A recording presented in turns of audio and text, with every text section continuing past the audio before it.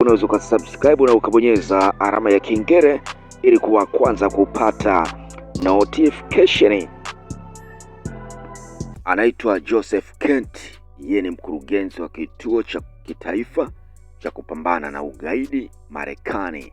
Katika taarifa yake ya kujiuzuru, Kent amesema hivi: haungi mkono kabisa hatua ya Marekani kuingia katika mgogoro huo, akisisitiza kuwa kwa mtazamo wake Irani haikuwa na tishio la moja kwa moja la kiusalama dhidi ya Marekani.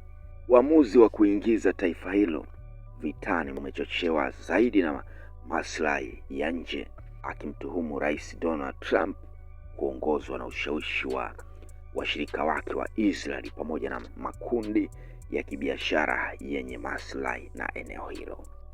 Kent ameeleza kuwa hatua hiyo inakwenda kinyume na misingi na sera ambazo hapo awali zilikuwa zikisisitizwa na uongozi wa Trump, akidai kuwa kulikuwa na ahadi ya kuepuka vita visivyo vya lazima na kulinda maslahi ya moja kwa moja ya Wamarekani.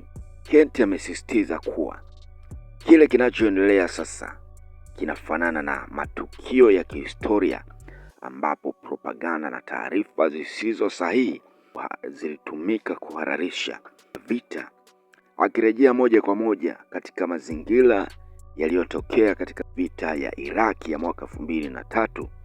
Uzoefu wake binafsi katika vita mbalimbali umempa uelewa wa kina juu ya gharama za migogoro, hivyo si tu kwa familia za wanajeshi.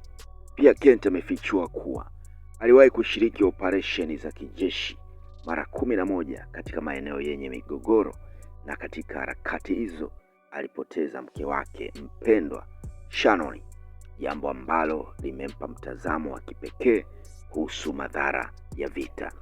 Katika sehemu ya taarifa yake, Kent amenukuliwa akisema kuwa hatamani kuona kizazi kipya cha vijana wa Marekani kikipitia mateso yale yale aliyoyashuhudia na kuyapitia yeye mwenyewe. Ametoa wito huo kwa Rais Donald Trump kutafakari kwa kina juu ya maamuzi yake ya kijeshi na kujiuzuru kwake ni kwa maslahi ya nani hasa vita hiyo inapiganiwa.